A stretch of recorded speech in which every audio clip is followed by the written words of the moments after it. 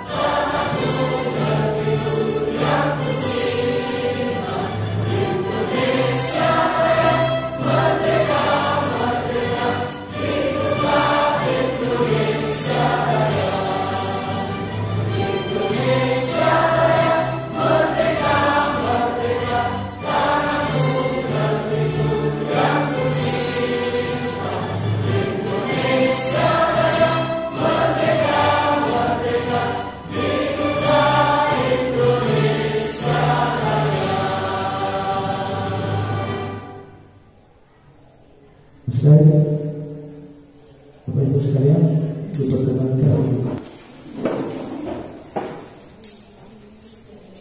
Selanjutnya adalah sambutan sekaligus membuka kegiatan yang akan disampaikan oleh Ibu Sudasari SPDMP. Kepada beliau kami persilakan. Assalamualaikum warahmatullahi wabarakatuh. Yang saya hormati Bapak Ibu Wakil Kepala SMA Negeri 3 Jember, yang saya hormati Bapak Ibu pemateri diseminasi budaya positif, dan yang saya hormati dan selalu saya banggakan teman-teman saya, Bapak Ibu guru SMA Negeri 3 Jember. Alhamdulillah pada siang hari ini kami bisa berkumpul dalam kegiatan diseminasi budaya positif calon guru penggerak angkatan 7 di Kabupaten Jember. Tak lupa salam dan sholawat selalu kita aturkan pada junjungan kita Nabi Muhammad SAW, karena syafaatnya lah kita bisa berada dalam keadaan Islam insya Allah sampai akhir zaman. Bapak Ibu yang saya hormati,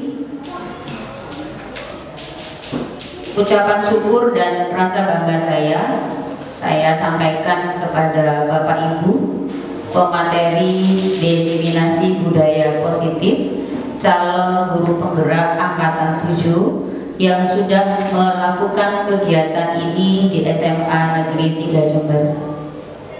Saya sangat berharap apa yang Bapak Ibu sampaikan kepada teman-teman saya benar-benar memberikan dampak positif, sehingga budaya positif yang merupakan tujuan yang harus Bapak Ibu implementasikan dan dibagi kepada kami para guru SMA Negeri 3 Jember bisa berjalan dan bisa direalisasikan di sekolah.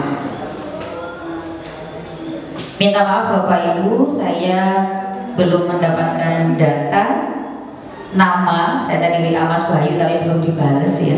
Saya pengen tahu, sebenarnya pengen kenal Bapak Ibu pemateri ini siapa saja, dari mana saja gitu, sehingga apapun nanti yang Bapak Ibu sharing pada kami di SMA Negeri 3 Jember itu kalaupun tidak bisa diterapkan saat ini juga, tetapi mungkin dengan silaturahmi karena Bapak Ibu kenal dengan kami pun mengenal secara personal Bapak Ibu, maka kami bisa sharing-sharing di luar kegiatan ini. Harapannya seperti itu. Dan tentu saja kegiatan ini saya berharap memberikan dampak positif bagi semuanya, terutama bagi teman-teman saya di SMA 3 yang sebagian besar peserta pada siang hari ini terkategorikan muda dan merasa muda. Karena diantaranya ada yang sudah tidak muda. Saya selaku wakil kurikulum ini tidak muda, Pak Ujang, wakil humasnya juga tidak lagi muda, Bu Umi, wakil sarpasnya juga tidak muda. Tetapi jangan khawatir, kami bersemangat muda. Jadi kalau diundang acara begini-begini, kami senang-senang saja. Artinya siapapun pematerinya, siapapun yang memberikan materi, tidak memandang itu muda atau tua, tetapi insya Allah ada manfaat yang diambil di situ. Dan dengan kegiatan ini, semoga semangat Bapak Ibu CGP yang berlima di depan menular ke teman-teman saya selain Pak Bayu, untuk disegerakan mendaftar, mengikuti, dan alhamdulillah sebenarnya yang agak tua di belakang itu berdua itu sebenarnya lolos, tinggal waktu saja. Ya, doakan bisa segera menyusul. Satu lagi yang muda ini juga sama, insya Allah angkatan 8. Nah, satu lagi insya Allah angkatan 9, insya Allah. Jadi saya berharap dan saya menunggu momen-momen seperti ini. Semoga girah atau aura yang panjenengan berikan pada kami juga memicu kami untuk ikut maju, karena memang tuntutan zaman untuk mengikuti perubahan. Maka kenapa Bapak Ibu guru selalu diajak untuk berinovasi, ya, berinovasi supaya tidak tertinggal dengan perubahan zaman. Nah, itu besar harapan saya. Saya mewakili kepala sekolah, saya mengucapkan selamat melakukan diseminasi. Minta maaf Bapak Kepala Sekolah tidak bisa membuka secara langsung karena sekarang beliau sedang ada tugas di Surabaya.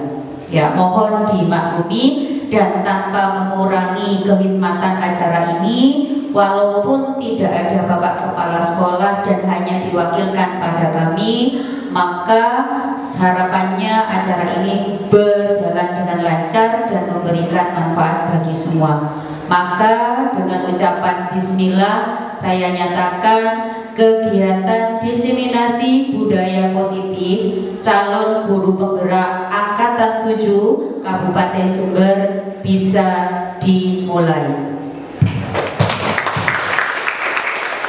Demikian Bapak Ibu yang bisa saya sampaikan. Saya minta maaf jika ada kurang lebihnya, dan billahi taufik wal hidayah. Wassalamualaikum warahmatullahi wabarakatuh.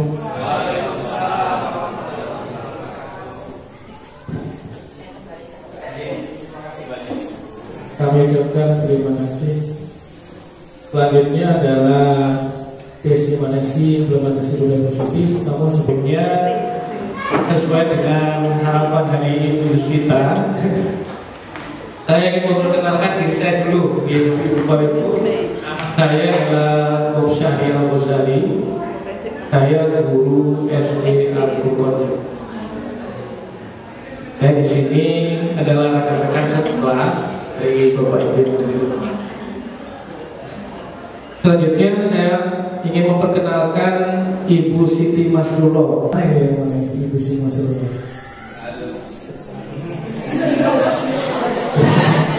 Ibu Siti Masrullah adalah guru di SDN Kepatihan 1. Insya Allah dia akan menyampaikan materi yang pertama Kemudian selanjutnya adalah Bapak Bayu Ari Prambudi SPD. Insya Allah Bapak itu tidak akan saya kasih lagi.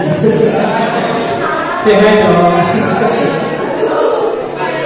Selanjutnya adalah Ibu Nini Indah Febrianti SPD MPD. Beliau adalah guru di SDN Tegal Besar 1 Jember.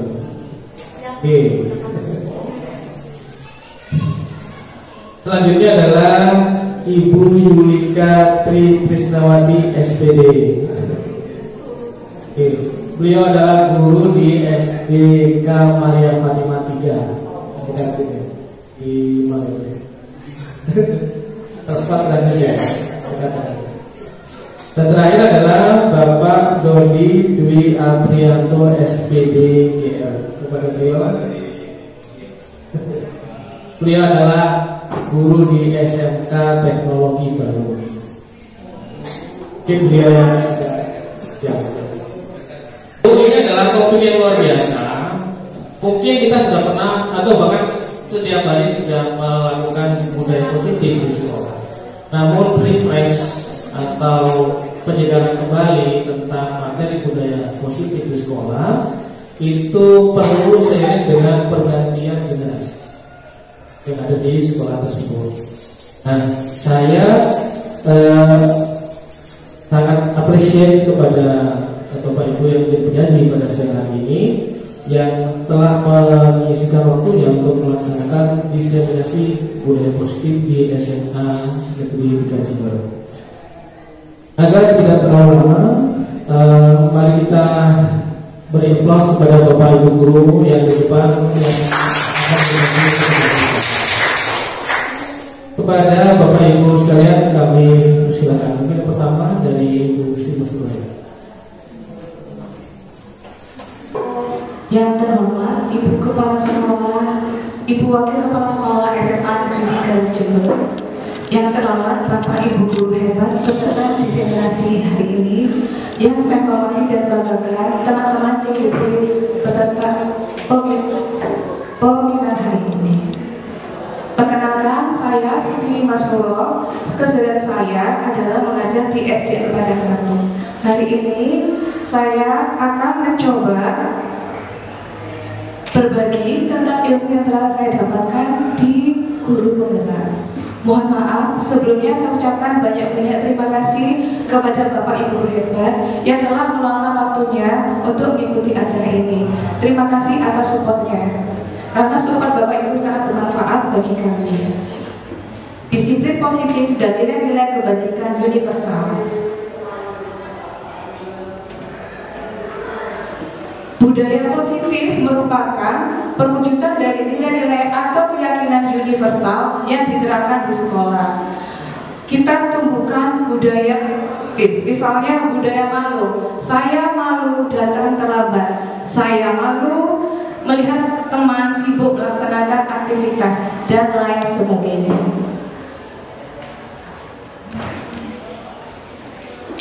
Budaya positif di sekolah ialah nilai-nilai, keyakinan-keyakinan, dan kebiasaan-kebiasaan sekolah yang berpihak pada murid.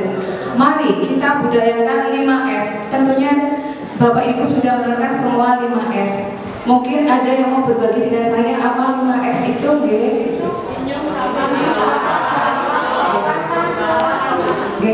Senyum, sapa, salam, sopan, santun. Matur Bapak Ibu.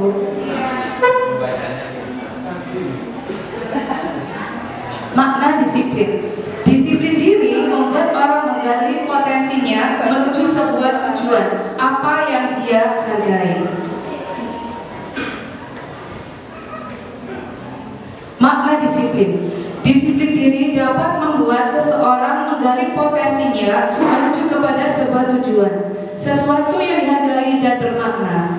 Dengan kata lain, disiplin diri juga mempelajari bagaimana cara kita mengontrol diri dan bagaimana menguasai diri untuk memilih tindakan yang mengacu pada nilai-nilai yang kita hargai. Seseorang yang memiliki disiplin diri berarti mereka bisa bertanggung jawab terhadap apa yang dilakukannya, karena mereka mendasarkan tindakan mereka pada nilai-nilai kebajikan universal. Sebagai pendidik, tujuan kita adalah menciptakan anak-anak yang memiliki disiplin diri, sehingga mereka bisa berperilaku dengan mengacu pada nilai-nilai kebajikan universal dan memiliki motivasi intrinsik bukan ekstrinsik. Nilai kebijaksanaan universal. Nilai kebajikan adalah sifat positif manusia yang merupakan tujuan mulia yang ingin dicapai setiap individu. Nilai tersebut bersifat universal dan lintas bahasa, suku bangsa, agama maupun latar belakang. Nilai kebajikan. Jadi, apa sih nilai kebajikan itu?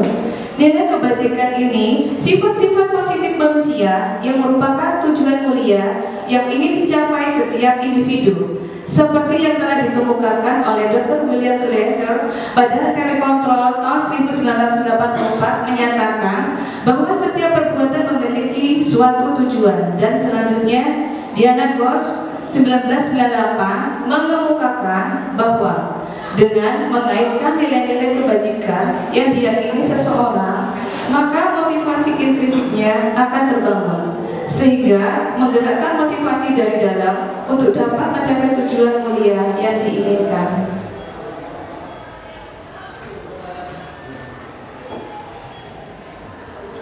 Sebagai guru, kita adalah sosok yang digugu dan ditiru. Sebisa mungkin kita memberikan contoh yang baik, trendsetter bagi anak didik kita. Kita adalah role model yang baik bagi anak didik kita.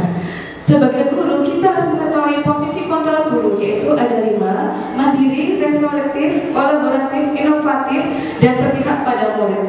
Itu semua harus kita pelajari dan praktekkan agar ke depannya kualitas pendidikan kita maju.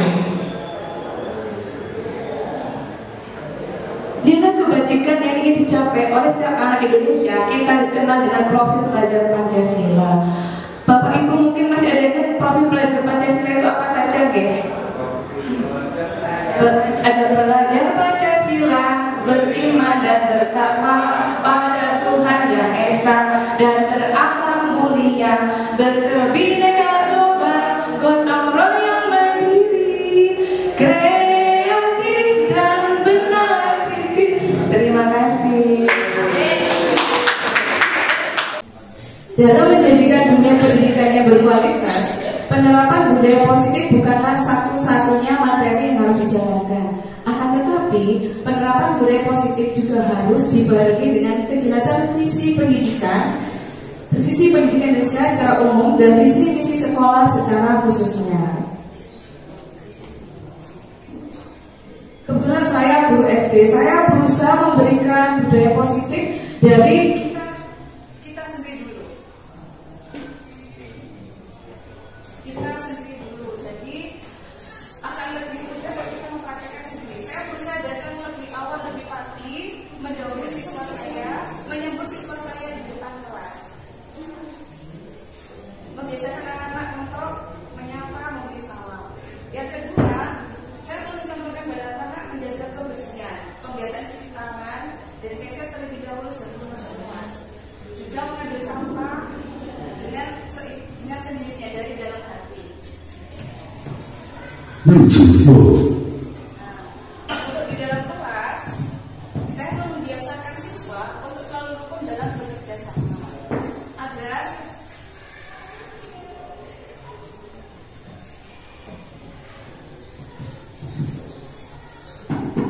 membiasakan siswa untuk selalu rukun dan bekerja sama.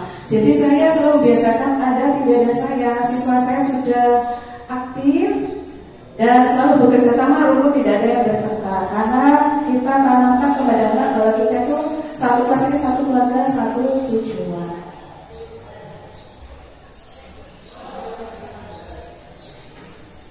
Itu contoh budaya positif yang sudah saya terapkan di sekolah.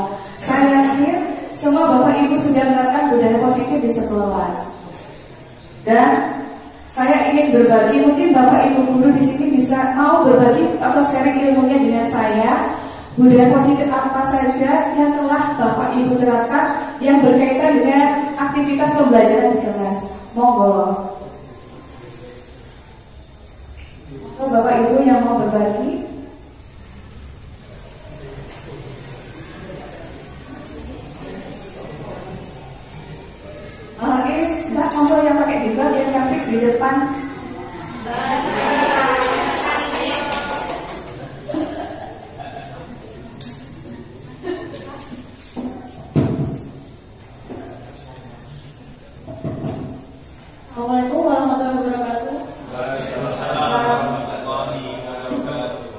budaya positif yang saya lakukan terutama di kelas tidak jauh berbeda dengan yang Ibu lakukan di sekolah itu.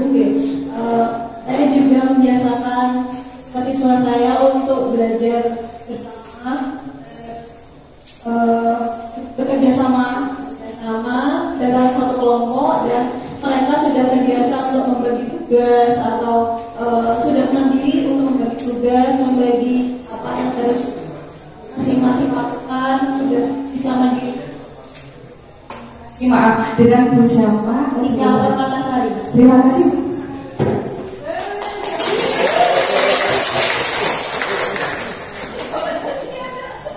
Terima kasih Bu atas sumbangannya.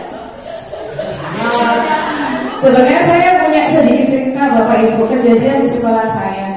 Kelas saya ini terkenal kelas yang nggak pernah diem. Kadang Bapak Ibu guru soalnya sendiri, oh kelas 4A kelasnya anak dapet. Padahal saya sendiri juga nggak suka kalau kelas itu kalau diam seperti kuburan. Pengalaman saya, kalau kelas lain kadang kalau gurunya tidak masuk diberitahu anak hari ini Bu tidak masuk karena sakit. Muridnya itu senang, tapi alhamdulillah berbeda saya. Kelas saya kadang bila guru mapelnya berhalangan hadir dan saya sampaikan anak-anak hari ini guru mapelnya berhalangan hadir. Anak-anak belajar bersama guru ya. Anak itu semangat lebih senang sama bu gurunya. Nah, daripada itu saya kadang biarpun kelas saya dicap kelas nggak bisa diam, tapi sebenarnya anak-anaknya baik karena prinsip saya kelas itu tidak harus diam. Justru kadang anak itu saya bebaskan untuk berkarya, berekspresi. Saya harap pola pikir mungkin bisa berubah dari waktu ke waktu. Kita bisa menjadi guru seperti pada masanya. Jadi guru yang dirindukan, bukan guru yang ditakuti. Karena memang di sekolah saya kebanyakan anak itu kelasnya diam, ada gurunya diam banget.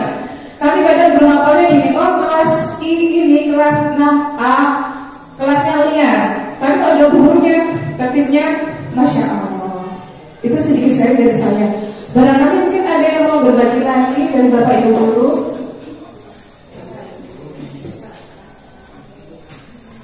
Nah, oleh karena itu saya mengajak Bapak Ibu guru hebat yang ada di SMA 3 ini untuk menerapkan budaya positif mulai dari diri kita sendiri. Mungkin bisa diawali dengan diniatkan bekerja untuk mencari berkah, karena Allah juga mencerdaskan bangsa dengan penuh ikhlas dari dalam hati. Dimulai contohnya kita datang lebih pagi, lebih awal, bukan karena takut absen merah, tapi karena memang ikhlas dari dalam, karena ingin bekerja semaksimal mungkin untuk mencerdaskan kehidupan bangsa, generasi emas penerus bangsa Indonesia. Mungkin ada dari Bapak Ibu yang ingin ditanyakan dari materi hari ini.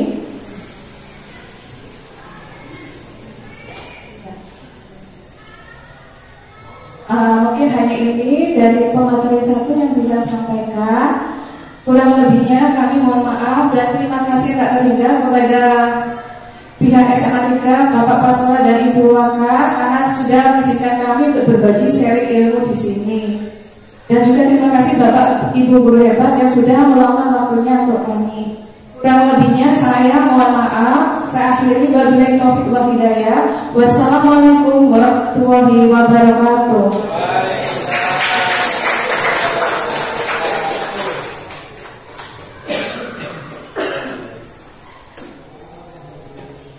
Assalamualaikum warahmatullahi wabarakatuh. Di sini saya akan lanjutkan materi dari yang sudah disampaikan. Ya. Nama saya Bayu Ramudi, calon penggerak angkatan 7. Tempat kerja saya dari sini. SMA Negeri 3 juga. Ya, yang akan saya jelaskan di sini itu mengenai teori motivasi, hukuman dan penghargaan, begitu juga restitusi. Mungkin pertama kali kita mendengar apa itu restitusi, mari kita belajar bersama. Next, selanjutnya di sini adalah motivasi perilaku manusia. Manusia pasti akan memiliki perubahan atau ingin berubah perilakunya menjadi lebih baik. Di sini ada 3. Yang pertama, motivasi itu akan bekerja ketika seseorang ingin menghindari ketidaknyamanan atau hukuman. Ini adalah salah satu contoh motivasi diri yang paling bawah. Kenapa dikatakan paling bawah? Karena di situ sudah dijelaskan ada ketidaknyamanan, menghindari sebuah hukuman. Kemudian selanjutnya di situ ada untuk mendapatkan imbalan atau penghargaan dari orang lain. Misalnya, saya akan berubah sifat saya menjadi tidak terlambat lagi sehingga saya sama bapak ibu guru dipuji. Wah, sekarang Pak Bayu rajin nih yang awalnya tidak rajin. Itu salah satu perubahan motivasi diri. Kemudian yang terakhir ini adalah yang paling tinggi. Yang paling tinggi di mana kita harus bisa mengimplementasikan kepada murid-murid kita, yaitu menjadi orang yang mereka inginkan perubahan dirinya dan menghargai diri sendiri dengan nilai-nilai apa yang dipercaya, sehingga perubahan itu berada pada dirinya sendiri. Dia ingin berubah karena dirinya ingin menjadi lebih baik dan bertanggung jawab seperti itu. Di sini juga saya akan menjelaskan ketiga konsep ini, apa itu hukuman, konsekuensi, restitusi. Apa perbedaan dari ketiganya? Ada sebuah pemantik. Pemantik ini pengalaman saya sendiri, yaitu di kelas 11 IPA 4 atas nama Reza.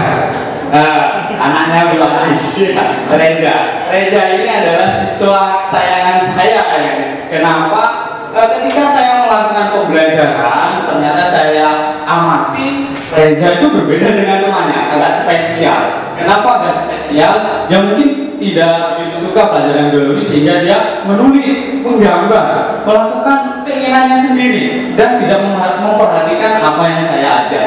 Nah, ketika itu Reza saya lihat ternyata dia, kemudian saya berikan pertanyaan kepada Reza tentang apa yang saya berikan materinya. Ternyata Reza gugup, Reza malah grogi, akhirnya kesenggol tasnya. Dia terbata-bata ketika mau menjawab. Hasilnya semua teman sekelasnya mengetahui si Reza tersebut. Ternyata saya membiarkan teman-temannya yang sedang tertawa. Malah saya memberikan hukuman kepada Reza. Hukumannya apa? Reza, kamu karena tidak memperhatikan Bapak, silakan maju ke depan dan pegang hidung kamu, Reza. Ternyata semakin ramai kelasnya karena mentertawakan si Reza itu. Dari soal pemantik ini, apakah Bapak Ibu guru di sini setuju dengan tindakan saya? Bagaimana? Setuju apa enggak? Kemudian yang kedua di sini, menurut Bapak Ibu, tindakan saya terhadap Reza itu adalah sebuah hukuman atau konsekuensi? Mungkin ada yang mau menjawab. Bu Fauzia, ayo Bu Fauzia, silakan Bu Fauzia.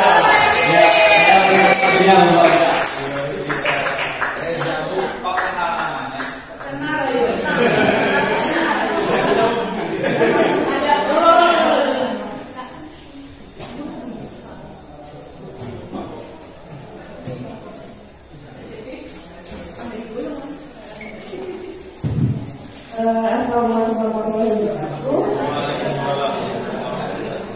Saya Fauzia Ramadhani, guru seni budaya. Kebetulan saya juga mengajar Reza kelas IPA 4. Di kelas saya pun Reza juga seperti itu. Ya. Kalau misalnya apakah Anda setuju dengan Pak Bayu terhadap Reza? Saya bisa dibilang setuju dan tidak setuju. Setujunya mungkin karena biar memberikan efek jerah untuk Reza. Tidak setujunya, jadi saya sebenarnya kadang pernah melakukan itu juga. Tidak setujunya jadinya kayak mempermalukan Reza di depan teman-temannya.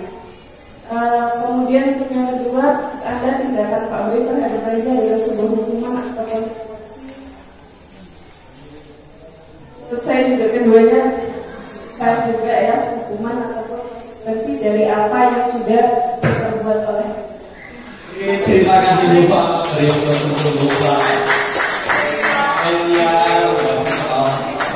Saya lupa ibunya Reza di sini. Sebenarnya saya lemparkan ke ibunya. Oke, next. Apakah jawabannya benar? Mari kita simak bersama-sama. Hukuman. Di sini akan saya jelaskan mengenai hukuman. Hukuman itu bersifat tidak terencana atau tiba-tiba. Murid tidak tahu yang akan terjadi dan tidak dilibatkan. Itu adalah sebuah hukuman. Seperti tadi Reza, langsung saya suruh ke depan. Berarti termasuk hukuman. Hukuman bersifat satu arah. Maksudnya pihak guru memberikan dan murid hanya menerima. Itu yang satu arah. Tanpa ada kesepakatan kedua belah pihak. Antara saya sebagai guru dan juga murid di kelas. Oke, hukuman yang diberikan bisa berupa fisik maupun psikis. Berarti tadi Reza kena fisik dan juga kena psikisnya juga. Oke, next.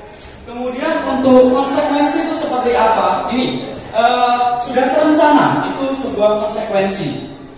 Sudah terencana dan sudah disepakati oleh kedua belah pihak, baik ibu bapak gurunya ataupun siswanya.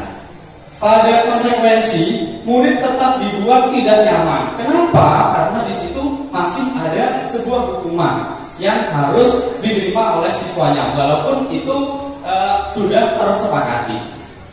Konsekuensi biasanya diberikan berdasarkan suatu data yang umumnya dapat diukur. Misalnya, Reza sudah diperingati 3 kali, karena kesepakatannya 3 kali harus ada hukuman, maka Reza harus mendapatkan konsekuensi yang sudah disepakati.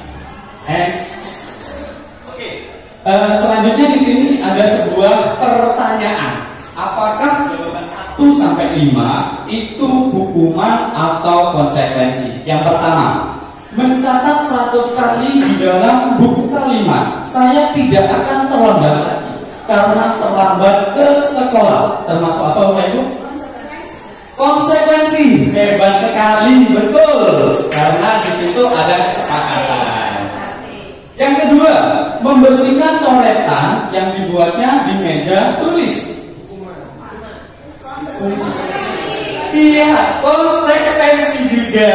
Ternyata sekarang coba yang ketiga. Yang ketiga, menggantikan kertas tugas teman-teman yang telah dicoret-coret. Konsekuensi lagi, ya semakin menarik. Dan yang terakhir, ini keempat, murid diminta untuk push up 15 kali karena tidak menggunakan. Iya, betul Wak, sudah mulai semuanya bisa. Dan ini adalah soal bisa juga ya.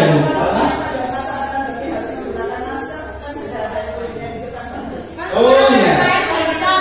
Ya, kalau ada kesepakatan kedua belah pihak ya, betul. Kemudian pertanyaan kedua yang terakhir. Pertama, membersihkan tumpahan air di meja tulis karena tersenggol saat proses belajar. Cuman konsekuensi, iya betul, konsekuensi. Dan yang terakhir, berdiri di depan kelas sambil kaki satu. Alhamdulillah berarti sudah memahami ya materi yang saya berikan, yaitu hukuman dan konsekuensi. Next. Ya, di sini ada lagi dihukum oleh penghargaan. Maksudnya seperti apa? Di sini saat kita berulang kali menjanjikan hadiah kepada anak-anak agar berperilaku bertanggung jawab, berarti di situ ada penghargaan yang harus diberikan ke siswa. Kepada seorang murid agar mempelajari sesuatu yang baru, kita sedang berasumsi mereka tidak dapat melakukan atau tidak akan memilih untuk melakukannya. Artinya, ketika tidak ada sebuah hadiah, maka dia tidak akan melakukan atau tidak bertanggung jawab. Itu yang dimaksud dengan dihukum oleh penghargaan. Seperti itu. Kemudian di sini juga ada menurut Al-Fipon, baik penghargaan maupun hukuman adalah cara-cara mengkontrol perilaku yang menghancurkan potensi untuk pembelajaran yang sesungguhnya. Ya. Dan yang kedua, secara ideal tindakan belajar itu sendiri adalah penghargaan sesungguhnya. Jadi ketika tanpa kita berikan sebuah penghargaan dan siswa itu mau belajar dengan apa yang sudah kita ajarkan, itu adalah sebuah penghargaan buat dirinya sendiri. tindakan memberikan penghargaan nilainya sama dengan menghukum seseorang. Kenapa? Ini alasannya. Ada beberapa macam. Karena apa? Satu, pengaruh jangka pendek dan jangka panjang. Tanpa ada hadiah, tanpa ada penghargaan, mereka tidak mau. Itu maksudnya. Kemudian penghargaan tidak efektif. Kenapa? Yaitu yang tadi. Karena ada pengaruh jangka pendek dan panjang. Penghargaan bisa merusak hubungan karena satu dengan yang lain seperti itu. Kemudian penghargaan mengurangi ketepatan. Penghargaan menurunkan kualitas. Penghargaan mematikan kreativitas, merusak hubungan, dan penghargaan penghukum, dan juga termasuk motivasi di luar diri. Tadi juga dijelaskan sama Bro, ada ekstrinsik dan intrinsik. Kalau intrinsik itu perilaku yang berubah seseorang karena dirinya sendiri. Kalau ekstrinsik itu dari luar, karena dorongan-dorongan dari luar. Ayo kamu harus berubah, itu termasuk ekstrinsik. Next.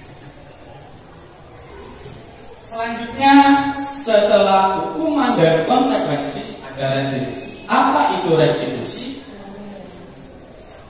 Sebuah pendekatan untuk menciptakan disiplin positif. Seperti ini yang paling benar, yang paling tepat, bukan hukuman atau konsekuensi, yaitu restitusi. Seperti apa? Next. Ini saya berikan sebuah contoh. Sebagai seorang guru, ketika murid Anda melakukan kesalahan, tindakan mana yang akan dilakukan oleh kita? 1 sampai 5 menurut Bapak Ibu yang mana yang paling tepat?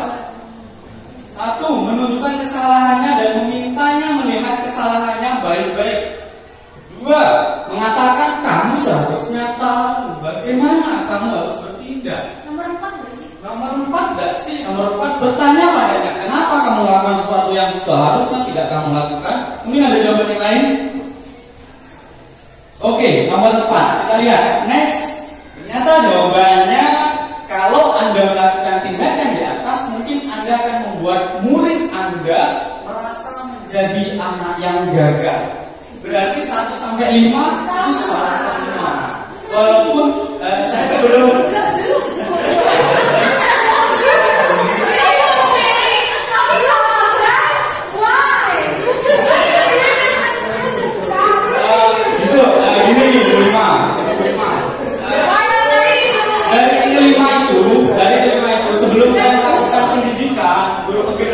saya hampir semua saya lakukan.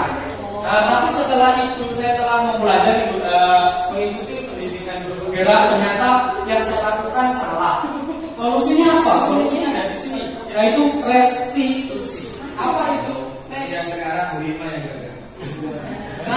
Berarti Bu Hima harus ikut guru penggerak. Yuk, ini restitusi adalah proses menciptakan kondisi bagi murid untuk memperbaiki kesalahan, sehingga mereka bisa kembali ke kelompok mereka dengan karakter yang lebih kuat.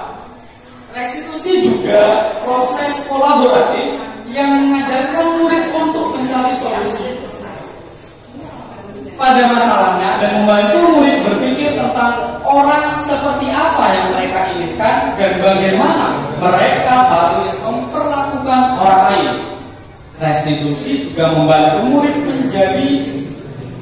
memiliki tujuan, disiplin positif, dan memulihkan dirinya setelah berbuat salah.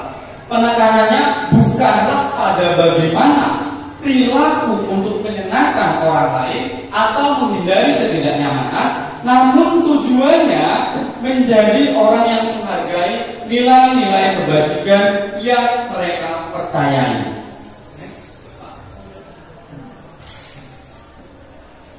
Restitusi. Melalui pendekatan ini, ketika murid berbuat salah, guru akan menanggapi dengan mengajak murid berefleksi. Apa kesalahannya? Ditanyakan. Dapat mereka lakukan? Oke, contohnya nanti akan dijelaskan sama materi selanjutnya. Saya hanya menjelaskan apa itu restitusi. Oke. Pendekatan restitusi tidak hanya menguntungkan si korban atau yang melakukan kesalahan, tetapi juga menguntungkan orang lain yang berbuat salah. Oke.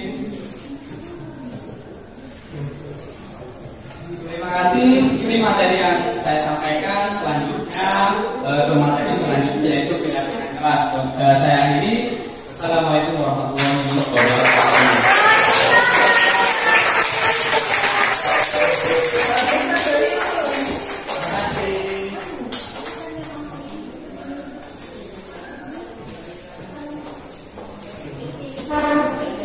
Materi ketiga oleh Ibu Ninik Indah Febrianti SPD MPD tentang keadilan kelas. Kepada beliau kami persilakan. Kelas untuk Ibu Ninik Indah Febrianti. Terima kasih. Assalamualaikum warahmatullahi wabarakatuh. Selamat siang setengah sore ya Pak. Iya. Tetap semangat. Iya. Mana semangatmu? Kalau menurut saya ini Pak, kalau ditanya mana semangatmu? Ini maju. Ini semangatmu. Nah, yang susah nanti kalau jenengan disuruh mana semangatmu? Yang cewek ke cowoknya di sini. Nah ini apa ya? Nah, berarti kalau gitu bapak ibu gurunya pasti punya metode sendiri gimana caranya supaya mana semangatmu ditunjukkan dengan sesuatu hal yang berbeda. Coba saya tanya, mana semangatmu? Ini semangatmu. Mana semangatmu? Ya Allah, ini bapaknya. Coba bapak sini. Siapa? Siapa Pak? Siapa Pak? Benjen. Betul Bu. Iya. Ini gak apa saya tentu ya. Oke. Kedua bilang jangan Bu. Saya tak mau. Oke. Pak Fencer coba kan kalau guru SD tidak sama ya Bu sama guru SMA. Kalau guru SD itu gini-gini sama saya tidak boleh. Jangan seperti itu nak dosa. Nah, kalau SMA kan jangan dosa. Apanya yang dosa Bu? Coba Pak Fencer sekarang. Mana semangatmu? Ini semangatku. Aplaus sekali lagi untuk Pak Fencer. Terima kasih. Ya, jadi beda banget. Hadiah tak aku. Gitu ya? Mungkin kakeknya Nak itu dapat hadiah. Oh gitu. Tapi kebetulan tadi saya nonton Bu. Nah, kalau maju sendiri berarti tidak dapat hadiah. Gitu, iya. Tadi saya dimarahin sama Bayu. Apa sih Bu bedanya pengumuman? Ya, tadi kan sudah disampaikan. Nanti kalau saya tarik ini kan berarti dia mengharapkan sesuatu dari saya. Rumah saya masih di sini kok Pak. Oke, terima kasih. Oke, baik Bapak Ibu, untuk materi selanjutnya mungkin tadi dengan Bu Mas Roro sudah disampaikan tentang kebajikan universal, kemudian dengan Pak Bayu apa itu yang dimaksud dengan restitusi, hukuman, sampun ya, saya rasa sudah. Sekarang saya ingin mencoba menyampaikan sedikit materi tentang apa itu keyakinan kelas. Mungkin ada yang tahu keyakinan kelas, kayaknya saya udah pernah Bu. Apalagi Pak Fencer ini tadi sempat saya tanya Bu pada saat misi ini, apa namanya daftar hadir. Ternyata beliaunya senior saya. Aplaus untuk Pak Fencer. Ini ya. Oke, mengapa keyakinan kelas? Mengapa tidak peraturan kelas saja? Siapa yang bisa? Betul sekali. Ayo jawab seru Pak. Ayo Pak jawab. Oke, coba Bapak mengapa keyakinan kelas? Mengapa tidak peraturan kelas saja? Peraturan kelas itu nanti membuat siswa nggak bisa. Enggak. Membuat siswa nanti melakukannya secara terpaksa. Ya, tapi kalau keyakinan kelas nanti Ya. membuat kesadaran diri untuk melakukan. Oke, terima kasih Bapak. Bapak siapa? Kamu jangan. Oh, Bapak Ujang. Oke, kalian udah berdiri Bu. Mbak saya kumpul. Terima kasih. Mas, saya nggak mau tanya sebentar. Sini Mas. Salah Mas. Sini. Makanya dasar saya kecil ya. Oke, terima kasih Bapak. Betul sekali. Rezeki tidak menentukan, tapi nanti jenengan dapat hadiah spesial. Oke, mengapa keyakinan kelas? Mengapa tidak peraturan kelas saja tadi sudah disampaikan, betul sekali. Next. Oke, jadi tadi sudah disampaikan kalau peraturan itu berarti bersifat memaksa, ya. Jadi siswa itu dipaksa untuk ikut aturan. Kamu harus begini, kamu harus begitu. Tapi beda nanti dengan keyakinan kelas. Oke, maka kita memiliki peraturan tentang penggunaan pada saat mengendarai kendaraan roda 2 atau motor. Mungkin jawaban ajudan di sini untuk kalau pakai helm untuk apa kira-kira? Keselamatan. Oke. Kemudian yang kedua, mengapa kita memiliki peraturan tentang penggunaan masker dan mencuci tangan setiap saat? Tadi sama Ibu Sinten Bu Umi sudah disampaikan. Kalau COVID, oke. Tapi saat ini mungkin masih belum jelas lagi ya Bu ya. Saya mau. Itu kira-kira apa jawabannya? Untuk kesehatan dan juga untuk keselamatan. Oke. Itu untuk keyakinan. Baik. Untuk keyakinan ini seseorang akan lebih tergerak dan bersemangat untuk menjalankan keyakinannya daripada hanya sekedar mengikuti serangkaian peraturan tertulis tanpa makna, ya. Jadi tadi bedanya apa sih keyakinan sama peraturan? Ya tadi disampaikan juga, dan ini juga sudah saya garis bawahi di sini bahwa kita tahu bahwa kalau peraturan anak itu atau siswa itu hanya mengikuti peraturan saja, jadi tanpa ada dasar dari dalam diri. Kemudian apa yang dimaksud dengan keyakinan kelas? Keyakinan kelas adalah sesuatu yang diyakini bersama yang berasal dari penyatuan pikiran untuk menjadi nilai-nilai kebaikan untuk diturunkan di kelas-kelas. Wah, mungkin panjenengan bingung, ini keyakinan kelas kayaknya seperti ini Bu. Terus bagaimana kita cara mengimplementasikan ke siswa? Ya, oke, next.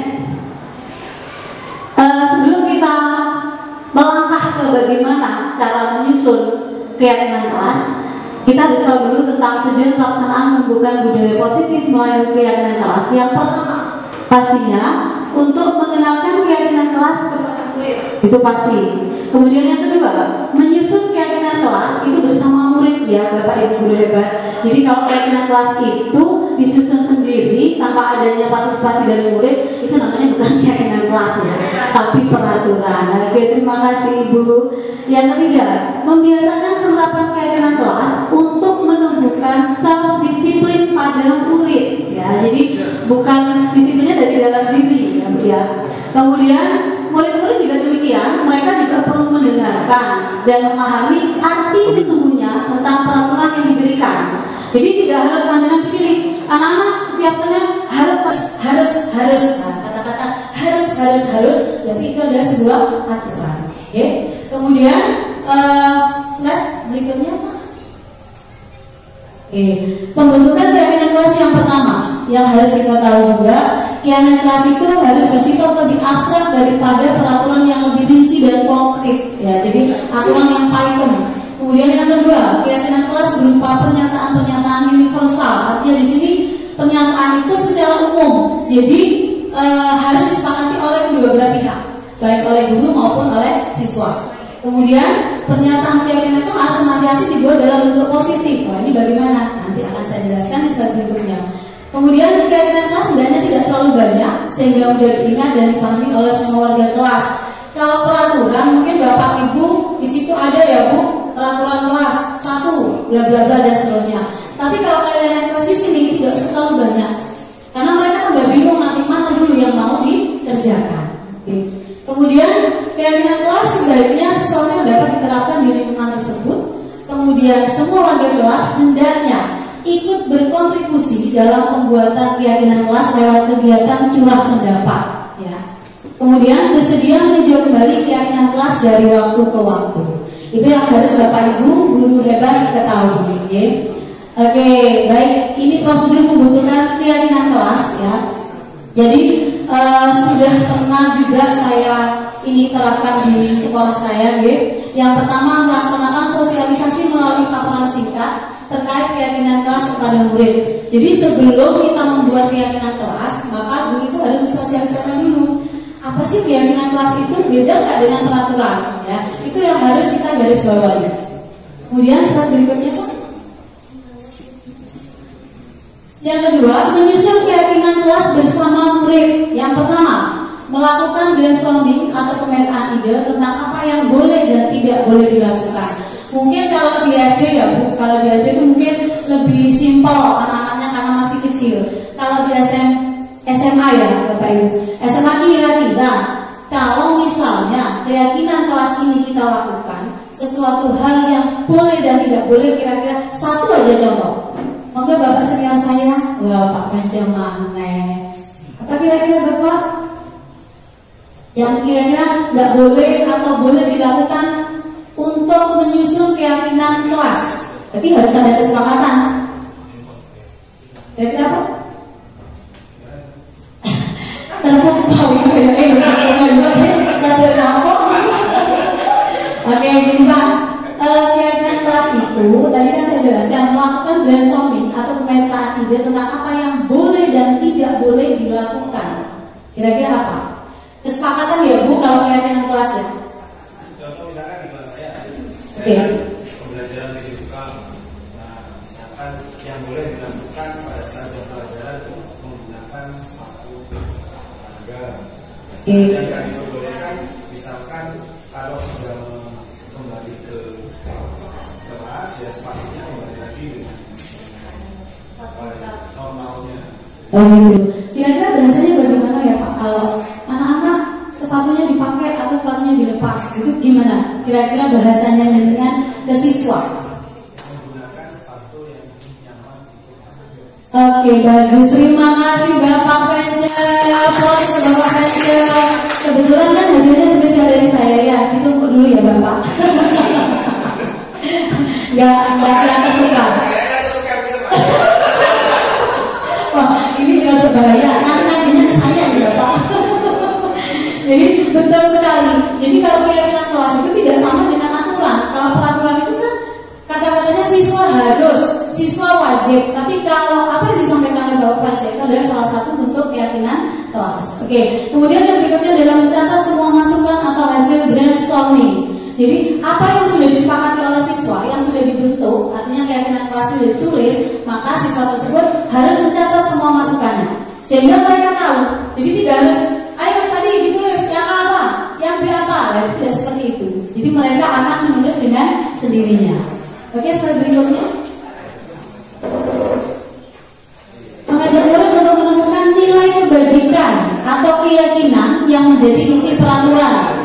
Oke, di sini salah satu contoh yang pertama yaitu dilarang mengganggu orang lain. Itu suatu peraturan ya, Pak. Kalimatnya dilarang mengganggu orang lain. Maka keyakinan kelas atau kebajikan yang dituju yaitu menghormati orang lain dan diri sendiri. Ya, betul. Jadi itu salah satu contoh, artinya dari peraturan maka apa sih nilai kebajikan yang atau nilai keyakinan yang harus dipahami oleh siswa. Ya, jadi bisa Bapak Ibu dari sebuah peraturan itu bisa kita turunkan menjadi sebuah keyakinan kelas. Tapi bahasanya tidak dengan force atau memaksa. Ya, itu bedanya. Oke, slide berikutnya. Oke, yang berikutnya menyusun keyakinan dari nilai-nilai kebajikan. Biasanya Bapak Ibu tahu ya kertas yang ditempel, kalau saya bilang tuh apa Pak? Apa? Ya boleh, bahasanya beda ya Pak ya. Kalau saya anak SD apa itu loh kertas yang ditempel-tempel yang warna-warninya seperti itu. Jadi boleh Bapak Ibu. Jadi setelah kita menyusun, kemudian yang pertama menuliskan kesepakatan atau keyakinan, kemudian disusun atau disimpulkan bersama, dan terakhir pastinya harus diimplementasikan oleh siswa tersebut. Ya, jadi mungkin nanti dibagi per kelompok. Jadi kelompok A, B, C, D, mana keyakinan kelas yang harus dibuat. Kemudian per masing-masing kelompok itu biasanya kalau guru yang inovatif itu biasanya mereka disuruhkan kemudian nempel. Jadi setiap kelompok itu pasti akan menghasilkan beberapa keyakinan kelas yang nantinya akhirnya atau finalnya nanti akan dibuat menjadi keyakinan kelas yang harus dilakukan oleh semua siswa. Oke, slide berikutnya Pak. Kemudian yang berikutnya murid membuat poster keyakinan kelas secara berkelompok. Ya, jadi yang sudah saya sampaikan barusan. Jadi nanti panjenengan bisa melakukan hal seperti ini. Mungkin saya sudah biasa begini, udah di sini udah biasa. Ya mungkin hanya mungkin di kelas-kelas atau di sekolah seperti sekolah saya Bapak. Jadi sekolah saya itu saya banyak yang madura dan kebanyakan orang awam. Jadi mereka itu kalau saya bilang kamu jangan nakal, kamu pada saat melakukan sesuatu yang sudah saya terapkan seperti yang sudah disampaikan oleh teman-teman saya, restitusi, kemudian keyakinan kelas, mereka berubah. Jadi berubahnya bagaimana? Lebih lunak, artinya tidak membantah guru. Karena di tempat saya itu kebanyakan muridnya itu orang awam, jadi Madura. Kalau ngomong sama gurunya itu gini Bu, besok gak boleh apa-apa, seperti itu. Jadi kenapa? Saya tidak bisa orang Madura ya Pak. Jadi saya gini, apa-apa Bu, maka oleh. Nah, jadi mereka perlu alasan. Dari situ saya ambil keyakinan kelas dari dalam mereka sendiri.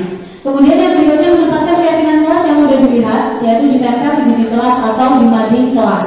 Karena keyakinan kelas itu mereka yang buat, maka konsekuensinya mereka yang melaksanakan. Oke, yang kelima, melakukan pendalaman pada setiap keyakinan kelas melalui kegiatan sederhana seperti melakukan introspeksi diri dan menyampaikan keyakinan kelas apa yang belum dilaksanakan di hari itu. Jadi setelah keyakinan kelas itu terbentuk, Bapak Ibu jangan lupa mereka harus memberikan feedback atau reward ya. Jadi anak-anak kira-kira dari 10 keyakinan kelas yang sudah kita buat untuk hari ini apa yang belum dikerjakan. Nah, jadi gurunya itu melakukan atau membuat sebuah pertanyaan pematik, maka siswa itu nanti setelah itu baru melakukan introspeksi diri. Jadi antar siswa dan siswa itu saling berintrospeksi. Kira-kira kamu tadi sudah nggak melepas malu terhadap kelas dan sebagainya. Kemudian yang berikutnya, hal-hal yang perlu diperhatikan dalam pembentukan keyakinan kelas. Yang pertama, menyusun keyakinan kelas sesuai prosedur pembentukan keyakinan kelas yang sudah saya sampaikan. Kemudian mengganti kalimat-kalimat dalam bentuk negatif menjadi positif seperti yang sudah disampaikan Pak Ferija tadi. Jadi bahasanya diganti, jangan berada di kelas atau koridor, maka diganti menjadi berjalanlah di kelas atau koridor. Seperti itu, ya. Oke, next Pak. Nah, ini contoh ya Bu. Jadi Bapak Ibu, ini contoh-contoh keyakinan kelas yang mungkin panjenengan semua sudah melakukan, meskipun tidak semuanya. Jadi salah satunya setiap anggota kelas perlu belajar, perlu senang, melakukan tugas, saling menghargai, dan juga pastinya merasa aman. Gitu. Kemudian berikutnya juga sama Bapak Ibu, itu adalah contoh keyakinan kelas, selalu bersikap positif, kemudian senantiasa menjadi diri sendiri yang terbaik dan juga menghormati orang lain, dan satu lagi berkomitmen terhadap setiap tugas dan yang lain itu ya. Jadi salah satu contoh keyakinan kelas tadi yang pertama adalah hormat, bekerja, diterima dan dimiliki. Yang hormat, kami meyakini bahwa sangat penting untuk menghormati semua orang dan barang milik orang lain. Itu yang mestinya kita terapkan dan kita sampaikan ke siswa untuk diyakini sebagai perbuatan baik. Kemudian bekerja, kami meyakini bahwa sangat penting untuk mengerjakan segala pekerjaan atau mengikuti kegiatan yang telah ditugaskan. Kemudian terakhir, diterima dan dimiliki. Kami meyakini bahwa sangat penting untuk merasa diterima atau peduli pada orang lain. Begitulah materi yang sudah saya sampaikan Bapak Ibu, guru hebat. Ngapunten, saya hanya berbagi, hanya sharing. Kebetulan saya guru SD, tidak metuai teman menggurui Bapak Ibu guru SMA 3 yang sudah hebat-hebat teman saya. Jadi saya hanya berbagi ilmu sedikit, sharing tentang bagaimana kelas dan juga prosedur tentang sebuah keyakinan kelas. Oke. Terima kasih Bapak Ibu untuk waktunya. Saya Hidayah Kalam. Wassalamualaikum warahmatullahi wabarakatuh. Kami ucapkan terima kasih. Untuk selanjutnya adalah pemaparan dari Ibu Yulika Tri Trisnawati SPD tentang kebutuhan dasar manusia dan dunia berikut. Pada beliau kami persilakan. Langsung untuk Ibu Yulika. Terima kasih Pak. Selamat sore Bapak Ibu. Sore. Ya, perkenalkan nama saya Yulika Tri. Saya adalah calon guru penggerak angkatan 7 dari SDK Maria Fatima 3. SDK Maria Fatima 3 letaknya di Jalan Mojopahit, di belakangnya Transmart. Jadi di sebelahnya Transmart itu ada lampu merah, itu masuk ke sana ada di dalam perumahan memang. Jadi kalau Bapak Ibu tidak ada keperluan masuk ke sana, sepertinya ya tidak tahu ya kalau di dalam situ ada sekolah. Pertama kali saya melamar di sana juga tidak tahu, tidak menyangka kalau ada sekolah. Baik. Di sini saya akan memaparkan, kita akan belajar bersama-sama tentang 5 kebutuhan dasar manusia. Saya punya ilustrasi cerita Bapak Ibu. Ada seorang guru namanya Ibu Akbar, guru wali kelas 2A di SD Pelita Hati, sedang bingung menghadapi ulah salah satu murid di kelasnya yang bernama. Beberapa anak di kelas 2A telah datang padanya dan mengeluh. Doni sering meminta bekal makan siang mereka dengan paksa. Next, Pak. Apakah ilustrasi ceritanya bisa diterima tadi?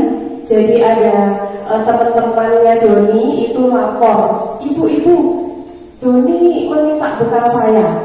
Terus satu lagi dan Bu Guru, Doni minta bekal saya. Nah, di sini ada pertanyaan. Jika Bapak Ibu menghadapi situasi seperti Ibu Ambar, kira-kira apa yang akan Bapak Ibu lakukan ketika menerima laporan dari murid-murid ada temannya yang meminta bekal makanan? Yang maju ya. Kira-kira kalau Ibu bagaimana sebagai Ibu Ambar? Perkenalkan, nama saya Nurul Aziza.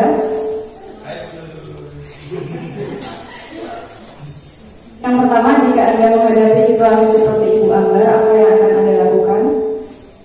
Yang pertama, saya akan menanyakan terlebih dahulu alasannya itu kenapa?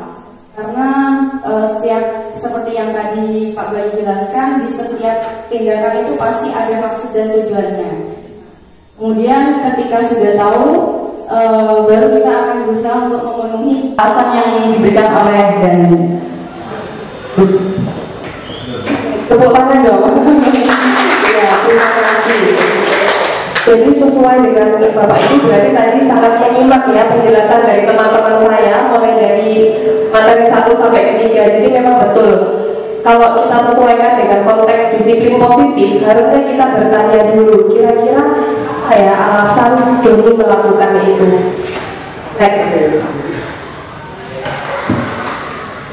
Ya, di materi ini kita akan belajar Bapak Ibu bahwa selalu ada tujuan di balik perilaku manusia.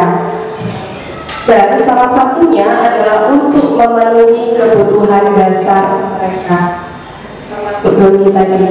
Nah, ini adalah 5 kebutuhan dasar manusia menurut William Glasser. Yang pertama, rasa kasih sayang dan rasa diterima atau love and belonging. Kemudian kekuasaan atau power. Berikutnya kesenangan atau fun. Lalu ada penguasaan atau kekuasaan. Kemudian ada bertahan hidup atau survival. Next, Pak. Ya, yang pertama adalah kebutuhan bertahan hidup. Kebutuhan bertahan hidup adalah kebutuhan yang bersifat fisiologis. Jadi, kebutuhan ini tidak dapat dipenuhi, maka manusia akan kesulitan untuk bertahan hidup, yaitu antara lain makan, tidur, olahraga, rumah, pakaian, dan istirahat. Berikutnya, Pak. Kasih sayang dan rasa diterima. Bapak Ibu, kalau ada murid-murid atau mungkin teman-teman kita atau kita sendiri yang mungkin merasa kurang kasih sayang ya yang merasa kurang kasih sayang, ternyata itu adalah salah satu kebutuhan dasar loh Bapak Ibu ya, yang harus dipenuhi. Jadi tidak bisa disepelekan. Kalau ada murid-murid kita, mungkin terutama anak SMA ya, kalau ada yang kurang kasih sayang jangan dikatai baper ya. Padahal memang kasih sayang adalah salah satu kebutuhan dasar manusia yang harus dipenuhi juga. Jadi kita butuh Bapak Ibu, kita butuh untuk berkomunikasi dengan orang lain. Kita butuh untuk terhubung dengan orang lain. Siapa saja, bisa pasangan, keluarga, rekan kerja, kelompok, bahkan binatang peliharaan. Jadi itu ternyata adalah salah satu kebutuhan manusia.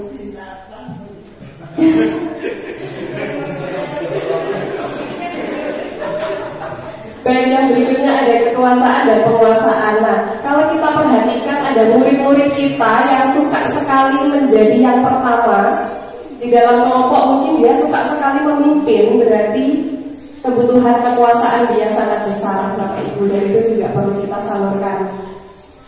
Lanjut, Pak. Yang berikutnya ada kebebasan atau kebutuhan akan pilihan. Jadi Bapak Ibu, kebutuhan kebebasan ini yaitu kebutuhan yang terkait dengan kebebasan untuk memilih, membuat pilihan, bergerak, mencoba-coba, mengeksplorasi hal baru. Jadi jika siswa-siswi kita suka melakukan hal-hal tersebut, berarti kebutuhan kebebasan dia sangat. Lanjut, Pak. Yang berikutnya adalah kesenangan. Kebutuhan akan kesenangan adalah kebutuhan untuk mencari kesenangan. Bermain, bersenang-senang, bergembira. Leser menghubungkan kebutuhan ini dengan belajar, Bapak Ibu. Jadi ada beberapa binatang seperti anjing, lumba-lumba itu mereka menikmati bermain dan sekaligus mempelajari hal-hal dari situ. Sama dengan murid-murid kita, mereka akan menikmati hal-hal yang menurut mereka menyenangkan. Jadi ketika kita bisa memberikan pembelajaran yang menyenangkan bagi mereka, mereka akan sangat menikmati dan pengalaman itu akan sangat berarti untuk mereka. Lanjut, Pak. Ya, semua orang senantiasa berusaha untuk memenuhi kebutuhan dengan berbagai cara. Bila mereka tidak bisa mendapatkan kebutuhannya dengan cara yang positif, mereka bisa saja, mungkin saja akan mendapatkan kebutuhan itu dengan cara yang negatif, seperti melanggar peraturan atau hal-hal yang tidak sesuai dengan nilai-nilai kebajikan. Jadi jika siswa-siswi kita melakukan hal-hal, mungkin kalau tadi seperti Ibu Ambar tidak akan terjadi dari SMA ya. Ada teman yang minta-minta bekal itu mungkin tidak terjadi. Mungkin kasusnya lain kalau di SMA. Tapi di situ kita bisa bagaimana, Pak? Oh, mintanya duit ya Ibu ya. Nah, seperti itu. Kira-kira kalau minta duit itu kebutuhan yang mana yang tidak terpenuhi ya? Kebutuhan yang mana? Kalau ada siswa-siswi Bapak Ibu yang minta duit ke temannya, kira-kira dari 5 kebutuhan tadi yang mana yang dia ingin penuhi? Survival ya, karena tahan hidup, mungkin dia gunakan uang itu untuk membeli makanan dan lain-lain. Thanks, Pak. Baik, nah ini penting Bapak Ibu bahwa konsep 5 kebutuhan dasar manusia tidak hanya berlaku bagi siswa-siswi kita loh ya, tetapi juga bagi manusia dewasa. Dalam setting sekolah ada para pendidik dan tenaga kependidikan. Kalau kita perhatikan teman-teman guru kita, kira-kira kita bisa melihat apa tidak ya? Kebutuhan apa yang teman-teman kita itu butuhkan sehingga terima kasih atas kejujurannya ya Bapak ya. Berarti itu lebih ke survival ya Bapak ya, bertahan hidup. Kalau kasih sayang cukup ya Bapak ya.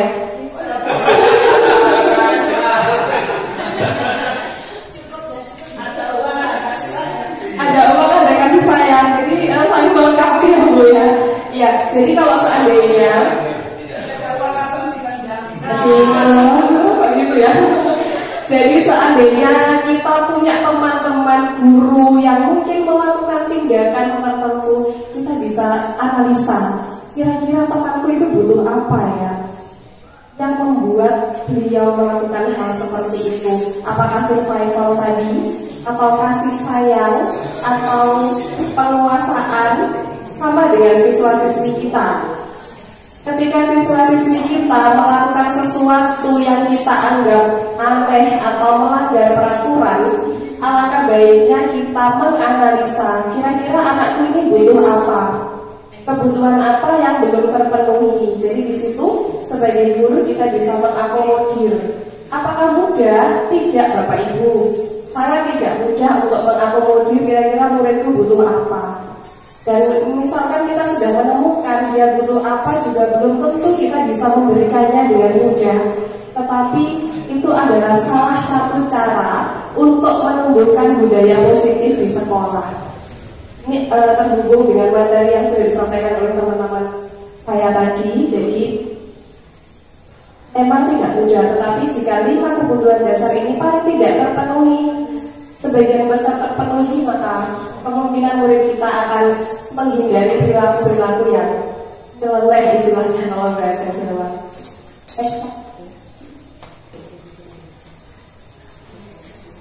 Ya, next.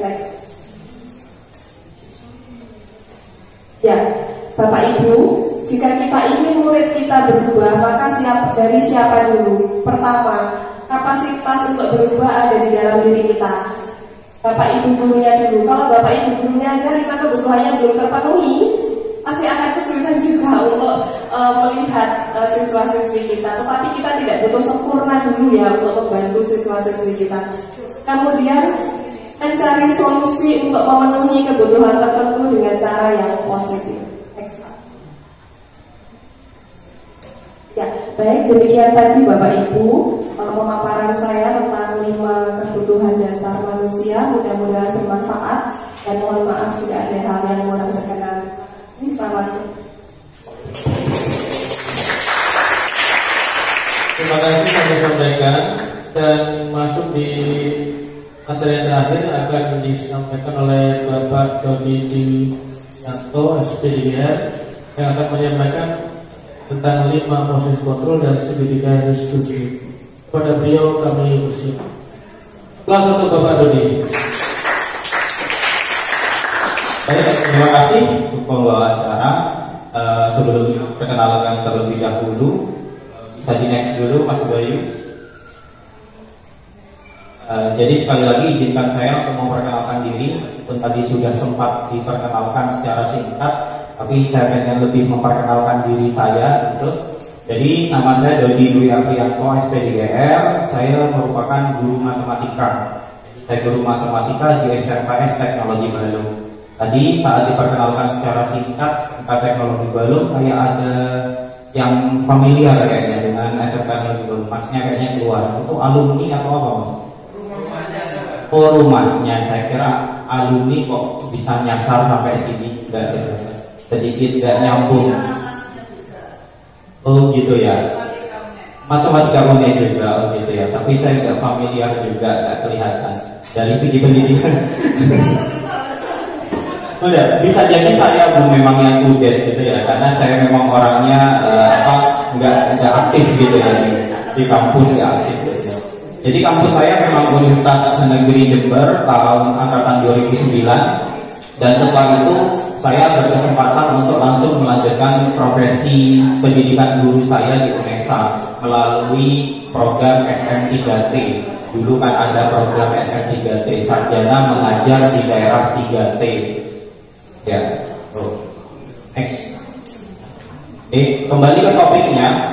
Topik pembahasan di terakhir ini. Jadi pembahasan ini merupakan topik terakhir saya, yang mana segala materi tadi sudah disampaikan oleh rekan-rekan saya sebelumnya. Bahkan saya bisa dibilang di sini mengulangi lagi materi tentang restitusi yang tadi sudah dijelaskan sama Mas Bayu. Penjelasan Mas Bayu sudah cukup gamblang. Bahkan restitusi ini sudah tadi sempat dibacakan lagi. Saya hanya mengingatkan kembali saja apa itu restitusi, karena nanti yang menjadi pokok permasalahannya, yang menjadi titik penekatannya bukan di restitusi ini, tapi kita akan kupas lebih dalam lagi, yaitu kita akan belajar yang namanya posisi kontrol kita di dalam restitusi dan juga segitiga restitusi. Jadi ini bisa langsung di next saja karena tadi sudah dijelaskan sama Mas Bayu. Karena menurut saya kalau hanya sekedar teori-teori itu Bapak Ibu pun kalau lupa hanya bisa tinggal membuka lagi, karena sekarang eranya sudah sangat canggih. Di Google itu sudah banyak. Bahkan kalau di bidang sekolah yang berkaitan tentang ini itu kan sekarang sudah ada PMM ya, platform Merdeka Mengajar. Yang saya baru tahu juga ternyata sekolah negeri PMM itu diwajibkan, ini baru. Kalau di sekolah saya justru nggak diwajibkan karena saya sekolah swasta. Makanya saat saya bergabung dengan guru penggerak ini, saya bingung waktu PP menyampaikan Bapak Ibu semua kan sudah ada di PMM dan sebagainya, sedangkan saya bingung loh. Di sekolah saya nggak diwajibkan, tapi memang kebetulan kesadaran diri saya pernah membuka, dan kebetulan saya juga operator di sekolah, jadi saya berkutatnya tentang yang seperti ini ya. mau nggak mau saya akhirnya tahu, dan itu juga nilai kelebihan sendiri buat saya pribadi, karena setidaknya meskipun di sekolah saya tidak diwajibkan, tapi ternyata di PMM kan sangat membantu kebutuhan kita sebagai seorang guru ya. Di sana sudah ada modul, bahkan pelatihan-pelatihan seperti ini, materi-materi yang kita butuhkan semua ada di sana ya. Jadi sekali lagi kembali ke materi restitusi, bisa saya bilang restitusi adalah sebuah pendekatan untuk menciptakan disiplin positif. Mengapa? Karena sudah jelas tadi dijelaskan oleh Mas Bayu bahwa ada 3 hal yang biasanya kita lakukan. Yang 2 hal ini sering kita lakukan, yaitu ada hukuman dan konsekuensi. Tadi sudah dijelaskan.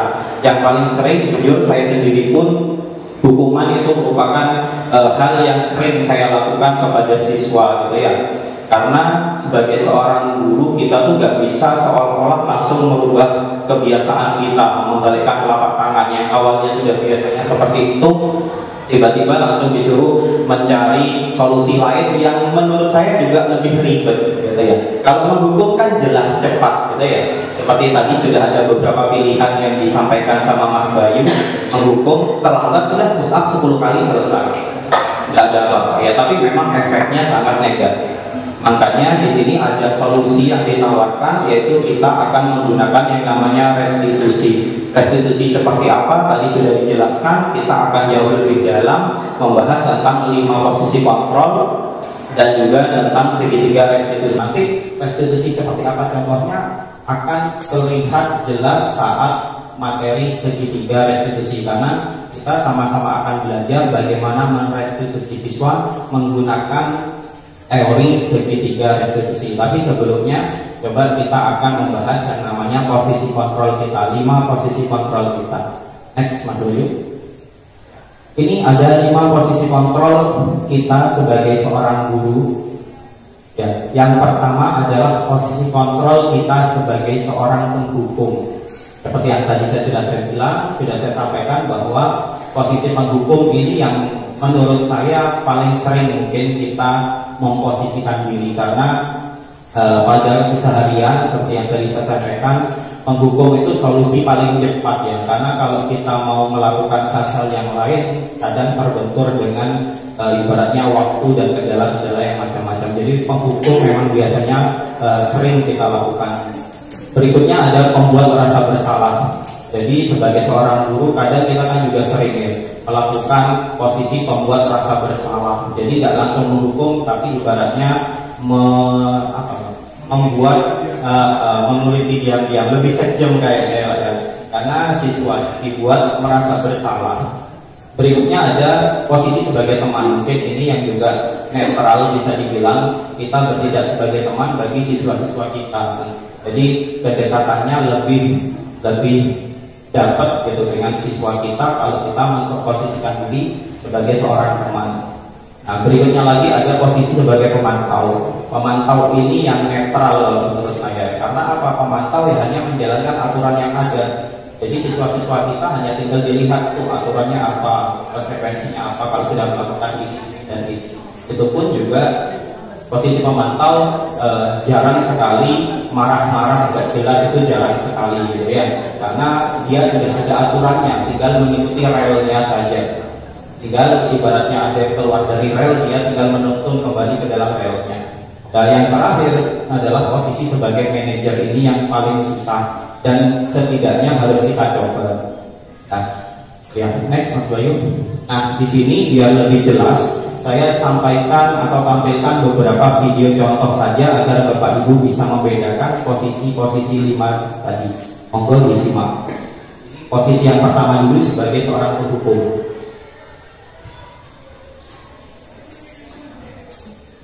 Maaf mungkin suaranya karena terputus dan kendala macam-macam, jadi ada teksnya posisi.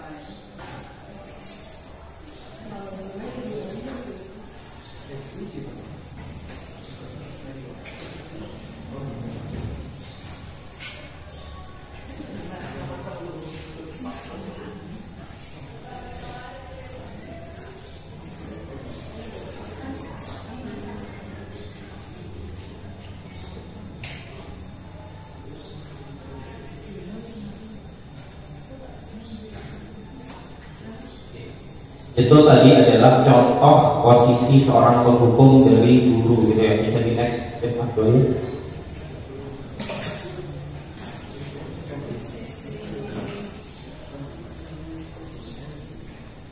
Itu tadi. Nah, kita lihat mungkin karena nggak ada suaranya tadi, sebenarnya kalau ada suaranya bisa lebih dapat feel-nya gitu ya, seorang penghukum itu seperti apa. Tapi dari subtitlenya tadi sudah kelihatan bahwa posisi penghukum ya selalu marah-marah seperti itu, bahkan memberikan hukuman terkadang dengan cara dari kata-katanya saja sudah menghardik, membentak-bentak dan sebagainya. Hukuman juga dari kata-kata yang membentak sudah dapat, bahkan dari fisik juga. Tadi anaknya terlambat 5 menit tapi disuruh lari lapangan. Seperti yang tadi sudah dijelaskan dengan Mas Bayu, perbedaan antara hukuman dan konsekuensi. Kalau hukuman itu biasanya paling jarang atau bahkan tidak ada kaitannya dengan kesalahan yang dilakukan oleh murid kita. Biasanya seperti itu, mesti melenceng.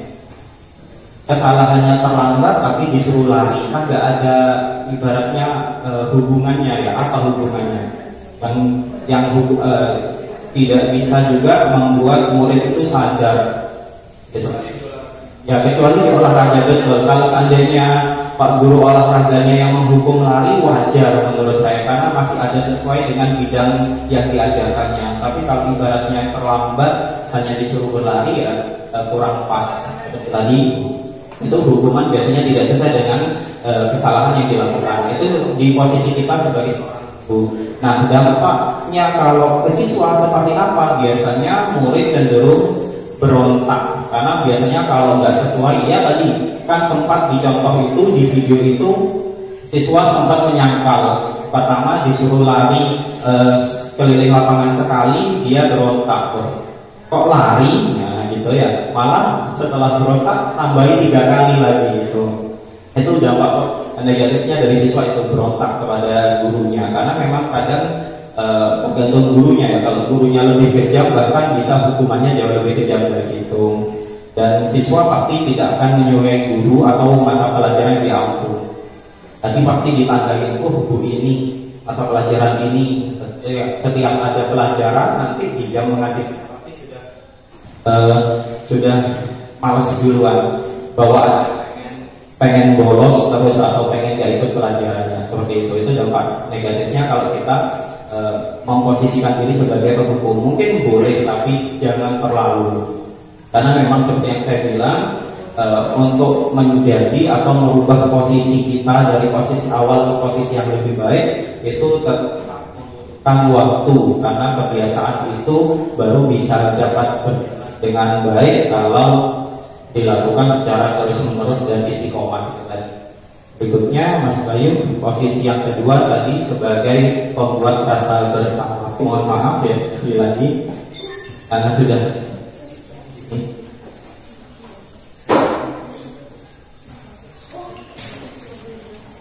ya, jadi di sini posisi rasa bersama sudah mulai berbeda ya perlakuannya dengan yang tadi posisi menghukum di situ. Nah dari kata-katanya sudah mengurangi nada membentak-bentak. Kalau tadi di posisi menghukum kan ada membentak-bentak, sekarang nadanya lebih ditekan lagi, ngobrolnya juga jauh lebih santai, tapi tetap seperti tadi yang Pak bilang mengkuliti gitu ya. Karena sekarang posisinya biar siswa itu merasa bersalah. Mungkin tujuannya baik, tapi kalau dilakukan terus-menerus juga kurang pas juga kepada siswa. Karena siswa nanti kan dibikinnya jadi tidak percaya diri karena dia selalu disalahkan terus-menerus. Seperti itu. Itu adalah contoh untuk yang merasa salah.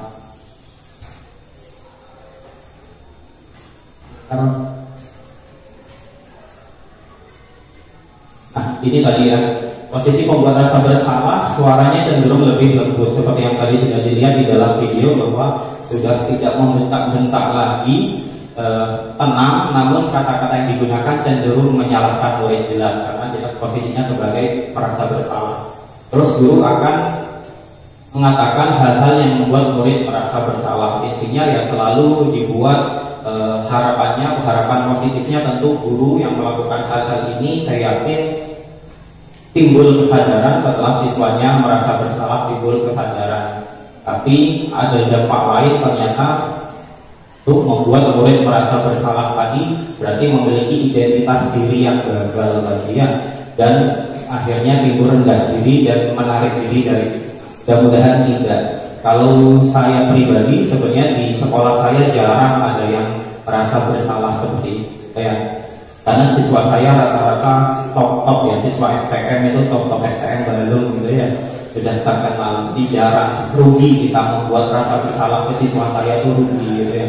Makanya saya lebih langsung turun untuk menghukum saja. Tapi pelan-pelan saya juga belajar dari kegiatan guru penggerak ini untuk menjadi guru yang lebih baik lagi. Monggo Mas, next. Berikutnya posisi sebagai teman. Ini hanya betul Bapak Ibu ya. Dari kata-katanya sudah jelas berbeda yang dilontarkan dengan sebelum-sebelumnya saat ada siswa yang melakukan pelanggaran kedisiplinan.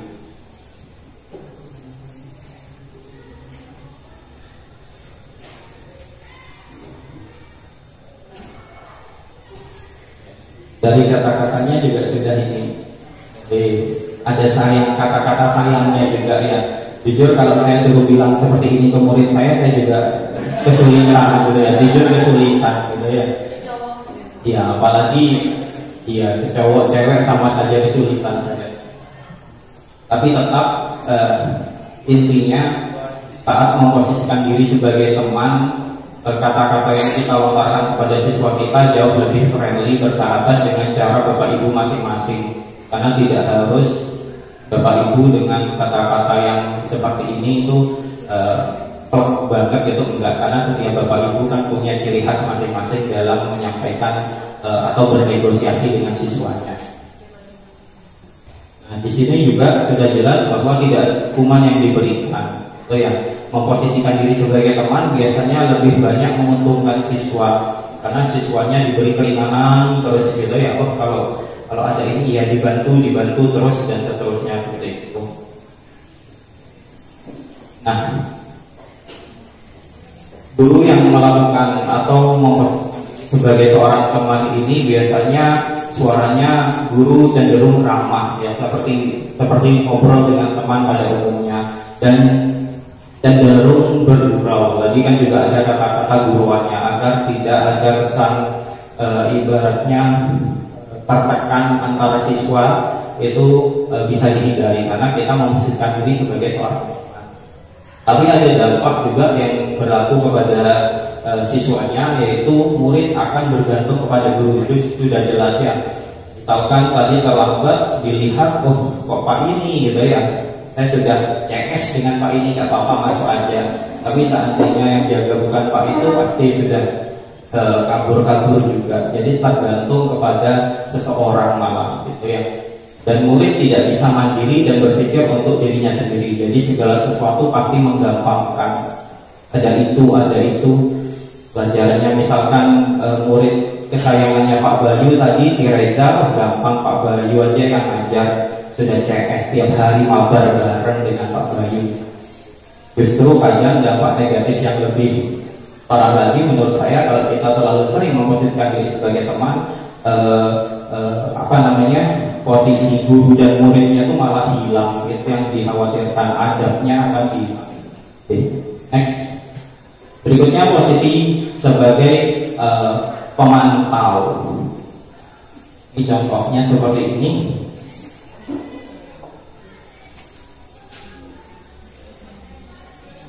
Hentakan pertamanya tetap ya, karena videonya nggak diedit memang. Manggilnya tetap kenceng namen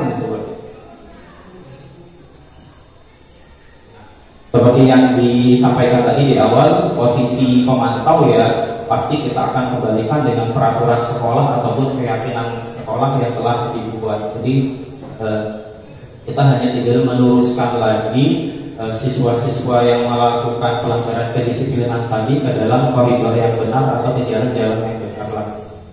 Dan kata-kata yang digunakan biasanya sebagai pemantau ya tidak marah-marah lagi, tapi tetap dingin, tetap lemah lembut, tapi tetap mengingatkan sesuai dengan peraturan yang berlaku. Nah, di posisi pemantau bersuara datar, biasa, netral, tidak emosional, tidak senda gurau juga, tidak ada emosi, tapi yang tidak ngajak guyon juga seperti posisi teman tadi. Dan juga yang tentu kalau sebagai posisi pemantau yang mengarahkan berdasarkan peraturan atau konsekuensi yang telah disepakati bersama. Dampak kepada siswanya, murid akan menghitung konsekuensi. Nah, ini kaitannya dengan hukuman dan penghargaan tadi. Jadi kalau sudah ada konsekuensi yang diberikan, ada reward, ada punishment-nya, maka siswa akan menghitung-hitung kira-kira hadiah kalau saya melakukan kebaikan sesuai enggak ya dengan hadiah yang diberikan, gitu ya. Akhirnya kalau saya melakukan kesalahan sesuai enggak hukuman yang diberikan dan sebagainya, akan dihitung-hitung. Dan siswa ya akhirnya memilih-pilih nanti, oh saya akan melakukan kebaikan ini aja tertentu saja. Kenapa? Karena rewardnya besar. Melakukan pelanggaran ini aja, kenapa? Karena punishment-nya kecil dan sebagainya. Memilih-pilih. Tentu harapan kita sebagai seorang guru pada disiplin positif ini timbul motivasi intrinsik dari dalam diri siswanya, bukan ekstrinsik seperti yang tadi ada reward punishment seperti ini. Dan tentu tidak sepenuhnya mandiri karena tadi ada motivasi ekstrinsik. Terakhir, posisi manajer yang tentu ini sebagai tujuan kita semua sebagai seorang guru dalam menciptakan disiplin positif, sebagai seorang manajer.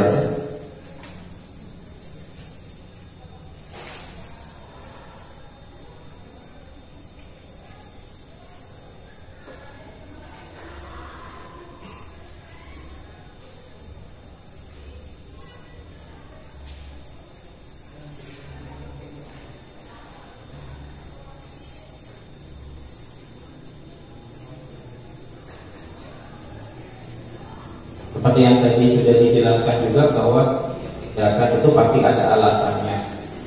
Jadi kalau kita memposisikan sebagai manajer, tentu kita nggak akan langsung menjatuhkan punishment atau reward pada siswa, tapi kita cari tahu dulu alasannya apa, sumber masalahnya apa. Baru kita kembalikan lagi kepada keyakinan yang telah dibuat bersama, terutama pada pihak sekolah dan solusi yang diminta mencari solusi. Kali lagi kalau kita memposisikan diri sebagai manajer adalah siswa itu. Jadi solusinya kita tidak berikan. Seperti di contoh dialog ini tadi ditanyakan kira-kira gimana nanti untuk mengatasi masalah. Jadi solusinya diberikan lagi atau dikembalikan lagi kepada siswanya, agar siswa punya kemandirian dalam memperbaiki dirinya sendiri untuk menjadi lebih.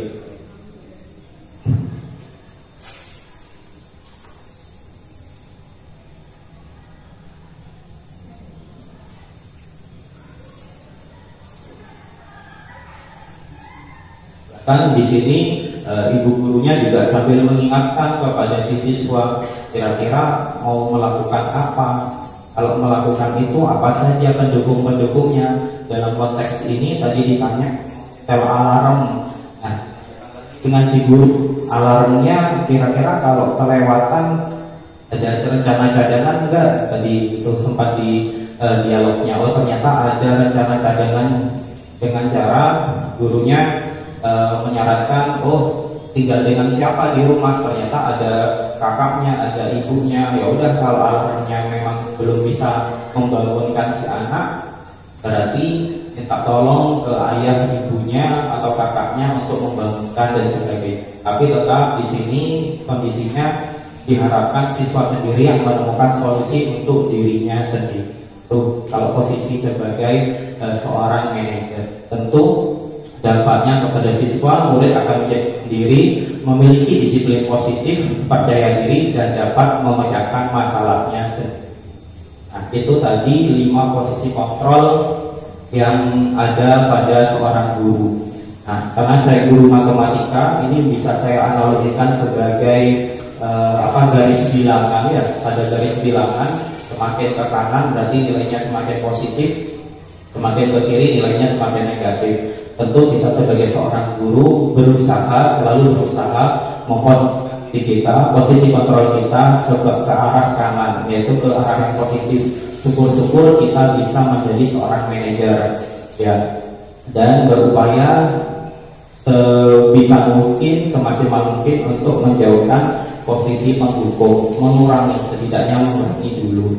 Karena tentu untuk merubah atau melewati beberapa tahap posisi itu tidak bisa langsung dan pasti menjadi seorang manajer, ya. Nah, untuk menjadi seorang manajer yang baik, kira-kira ada enggak solusinya sambil kita belajar berlatih? Nah, untuk menjadi posisi manajer yang baik, kita bisa menggunakan yang namanya segitiga restitusi. Sambil belajar untuk menjadi seorang manajer yang baik dalam disiplin positif, kita bisa menggunakan segitiga restitusi.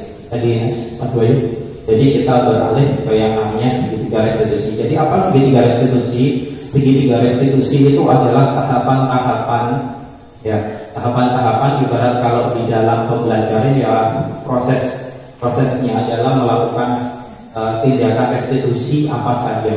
Di sini ada 3 tahap dalam melakukan proses restitusi. Oleh karena itu, kenapa dinamakan segitiga restitusi?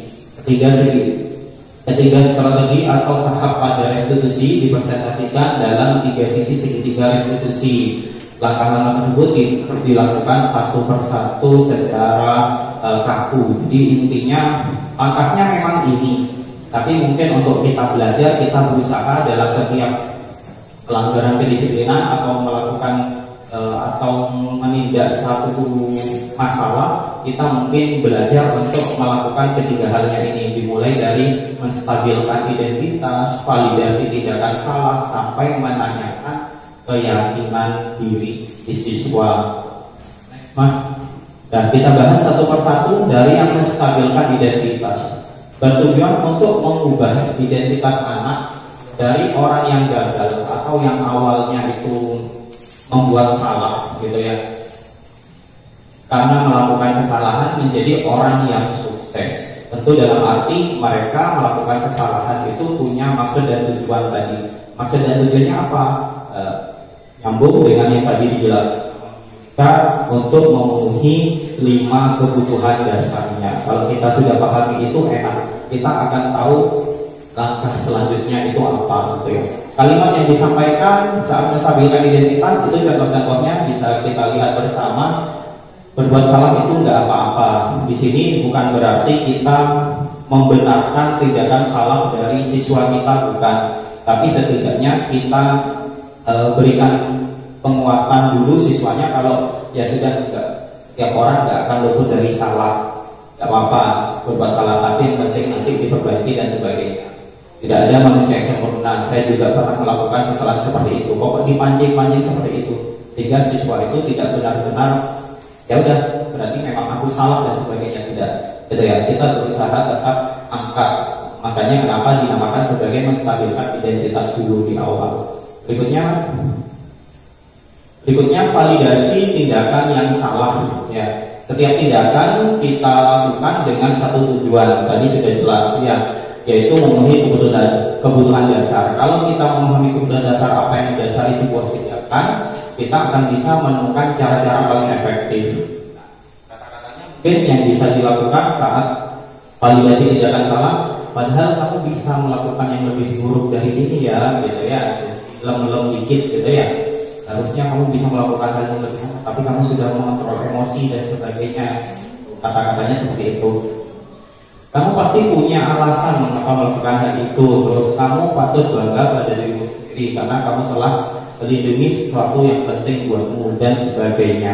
Kata-kata ini hanya sebagai contoh. Sekali lagi dalam prosesnya nanti Bapak Ibu pasti punya cara-cara tersendiri, pertanyaan-pertanyaan tersendiri atau metode pertanyaan tersendiri dalam menggali informasi siswa-siswanya untuk validasi tindakannya. Berikutnya yaitu menanyakan keyakinan. Ini merupakan tahap terakhir. Ketika identitas sukses telah tercapai dan tingkah laku yang salah telah divalidasi, maka anak akan siap untuk dihubungkan dengan nilai-nilai yang dipercayai dan berpindah menjadi orang yang diinginkan. tentu dalam posisi manajer, setiap ada siswa yang melakukan pelanggaran kedisiplinan, kita berharap siswa itu bisa berubah. Yang awalnya sering melanggar kedisiplinan bisa mulai disiplin dan mulai menjadi siswa yang lebih baik lagi. Mungkin kalimat-kalimatnya yang bisa digunakan, apa yang kita percaya sebagai keyakinan sebagai kelas atau keluarga, apakah nilai umum, pertanyaan-pertanyaan dasar seperti itu. Makanya kenapa penting setiap sekolah tadi untuk menciptakan disiplin positif, kita memiliki yang namanya keyakinan kelas atau keyakinan sekolah. Karena dalam melakukan restitusi nanti kita bisa kembalikan ke sana. Karena apa? Keyakinan kelas kan sudah kita sepakati bersama ya Bapak Ibu ya, sudah disepakati bersama. Jadi nanti bisa dikembalikan lagi ke sana. Kemarin kan sudah kita sepakat bahwa kita harus jadi orang yang disiplin, misal seperti itu. Jadi enak, kita ngobrolnya enak. Ada tujuan yang mau kita tuju. Tujuannya apa tadi? Kebajikan universal melalui kesepakatan kelas atau kesepakatan sekolah. Next. Nah, sebenarnya ada contoh video lagi gitu ya. Video bagaimana seorang guru merestitusi siswa yang sedang berkelahi kayaknya ya, berkelahi di dalam kelas. Dan intinya basa-basi, gurunya nggak langsung memberikan menjas dan sebagainya, tapi basa-basi itu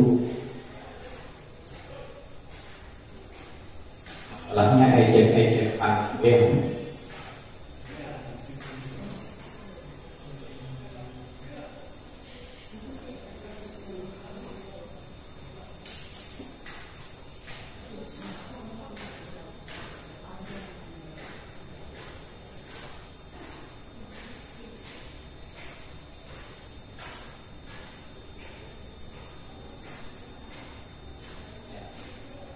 Ini ternyata setiap siswa pasti memiliki alasan dari setiap tindakan. Oleh karena itu sebenarnya dalam restitusi atau memposisikan diri kita sebagai seorang manajer itu ya kita harus mau mendengar keluh kesah siswa kita, tidak langsung menghakimi dan sebagainya.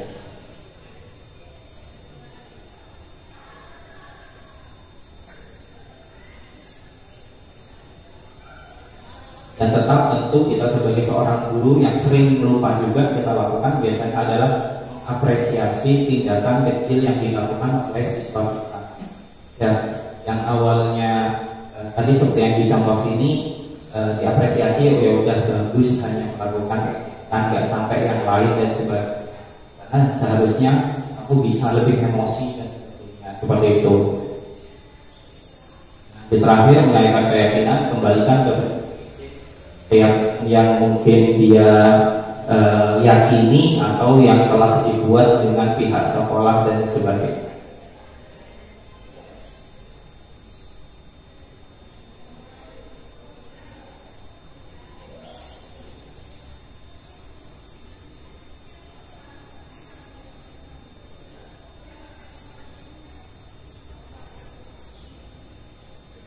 Ya.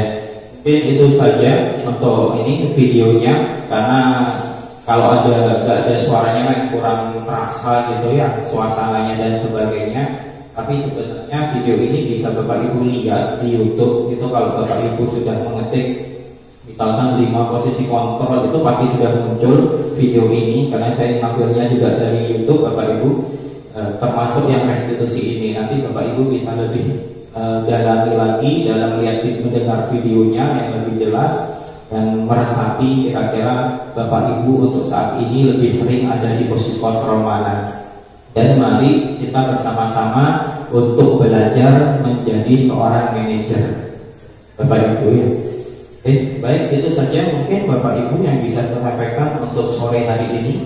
Karena sekarang sudah sore, mungkin ada satu sesi lagi gitu Bapak Ibu ya.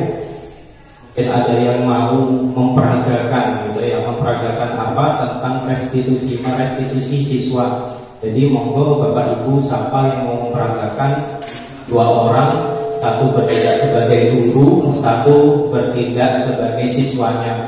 Kayaknya yang sebagai siswanya itu ya lebih cocok ya, monggo yang sebagai manajernya, kita bertindak sebagai manajer, belajar bertindak sebagai manajer, bukan sebagai penghukumnya. Mungkin bisa ibu atau bapak monggo, ada yang berkenan? Ya, jadi muridnya. Yang sebagai gurunya Bu Hima. Monggo. Ya. Ya. Terima kasih ya. Sebagai guru, Bu Hima sebagai guru menangani kenakalan siswanya, terserah kenakalan siswanya ini tentang apa, tapi Ibu Hina sebagai orang yang sabar. Settingannya di sini sebagai orang yang sabar ya. Karena sebagai manajer. Jadi silakan bagaimana cara menstabilkan identitasnya, validasi tidak akan salah sampai menanyakan keyakinan.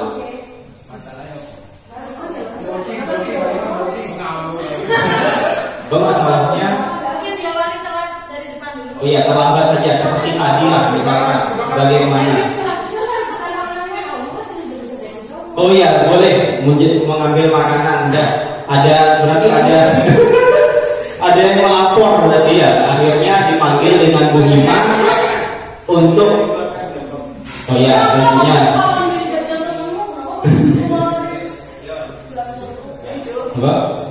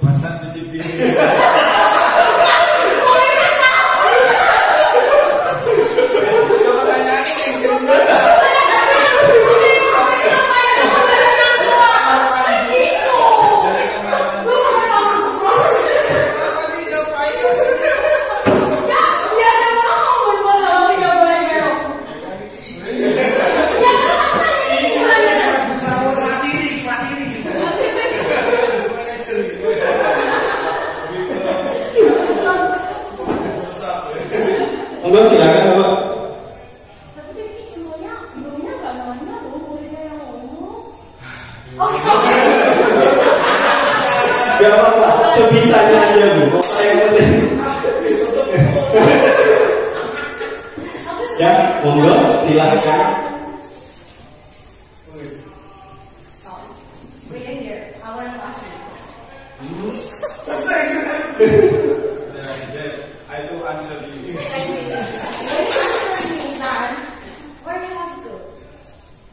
Dari kamar mandi Bu.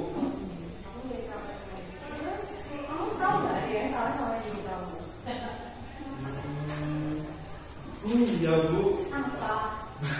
Baju saya itu belum dimasukin Bu. Kenapa bajunya tidak dimasukin? Tadi lupa dari kamar mandi, terus buru-buru ada Bu Hima masih kelas, jadi saya buru-buru tak terlambat tuh. Because you scared me and I just giving birth and then you forget to. Ke kamar mandi lagi Bu. Di sini Bu. Mana Bu pacaran? Bu mempermalukan saya. Ibu sepertinya bukan guru yang baik. Terima kasih. Ya, tapi memang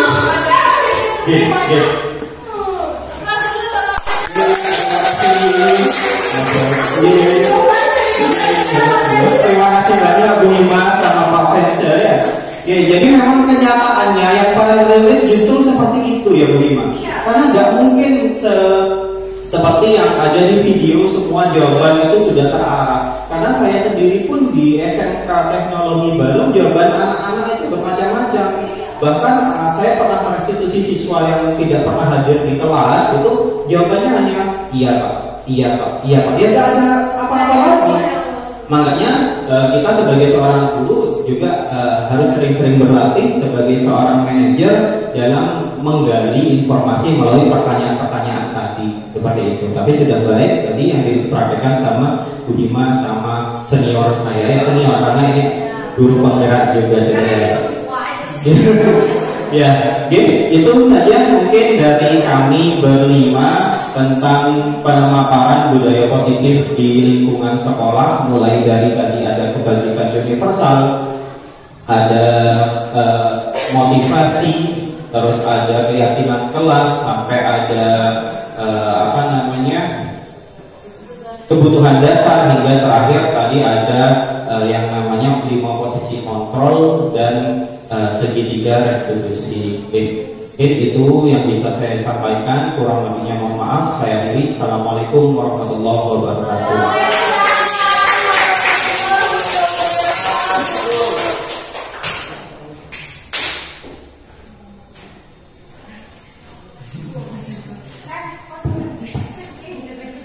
Ucapkan terima kasih atas pemaparan yang luar biasa dengan topik yang juga luar biasa hari ini. Bagaimana kabarnya Bapak Ibu sore ini? Pak semangat? Bapak Ibu, kami ucapkan terima kasih atas semangatnya. Dan kami cukup terima kasih kepada Bapak Ibu pemateri atas penyajian materi yang sudah disampaikan sore hari ini. Kita sudah di penghujung acara. Mari kita bersama. Oh ya, mungkin ada yang ditanyakan sebelum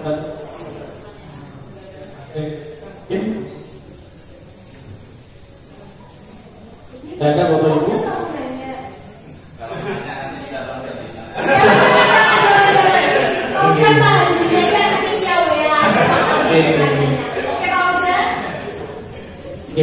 Jadi kalau tidak ada pertanyaan sampai kepada para penyanyi, kita sudah di penghujung kegiatan dari seminar 2023 dengan topik implementasi budaya positif.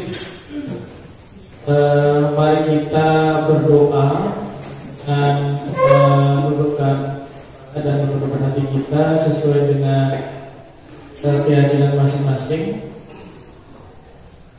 Bismillahirrahmanirrahim.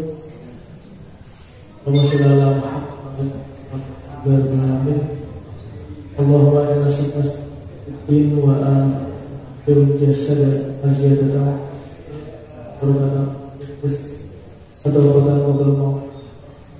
maut sama Allahumma hawala yata minan nar